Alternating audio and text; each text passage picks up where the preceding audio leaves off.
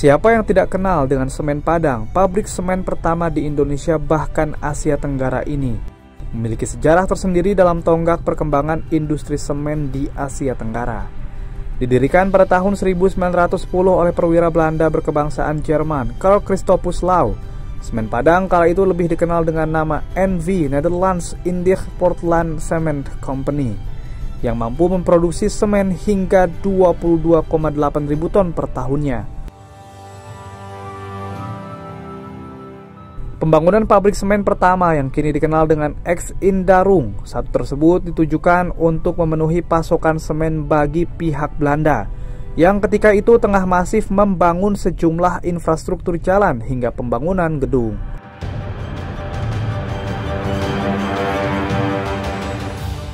Seiring berjalannya waktu dan sejarah, perusahaan warisan Belanda itu beralih menjadi pabrik semen Indarung.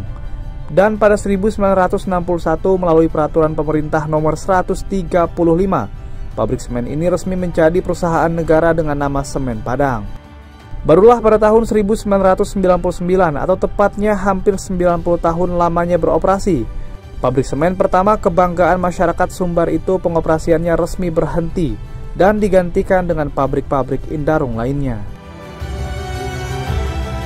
Kondisi ini sontak membuat aktivitas yang dahulunya ramai seketika menghilang dan berpindah dan tersebar ke pusat-pusat pabrik lainnya. Tidak adanya proses produksi di kawasan tersebut membuat keberadaannya perlahan tergerus dimakan usia, meskipun permodelan ketika awal dibangun masih tetap bertahan hingga kini.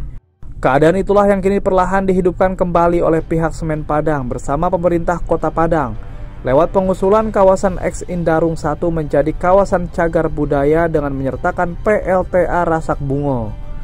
Langkah ini seperti dijelaskan Kepala Seksi Cagar Budaya dan Museum Dinas Pendidikan dan Kebudayaan Kota Padang, Marsaleh Adaz, merupakan upaya pelestarian yang dilakukan guna mempertahankan bangunan bersejarah tersebut. Untuk soal dokumen sampai saat ini alhamdulillah udah cukup, udah lengkap.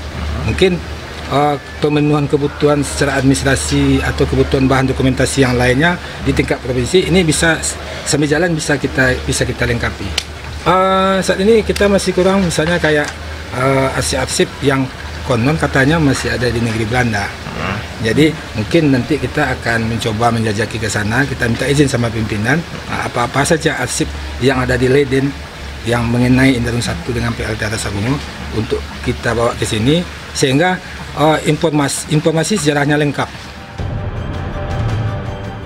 Terkait rencana pemanfaatan ke depan, anggota tim pendaftaran pabrik Indarung 1 dan PLTA Rasak Bungo Cagar Budaya Nurita Handayani menjelaskan, secara umum draft konsep pengembangan kawasan telah disiapkan, akan tetapi nantinya diperlukan perincian ulang guna mempermudah pengelolaannya.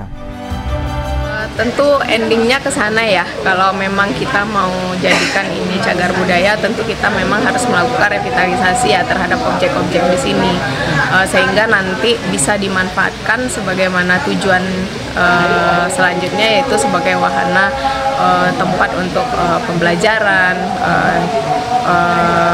industri semen ya, karena ini memang adalah industri pabrik semen pertama ya, tertua di Asia Tenggara yang dibangun di tahun 1910 dan merupakan tonggak sejarah perubahan bangunan beton ya di Indonesia maupun di Asia Tenggara.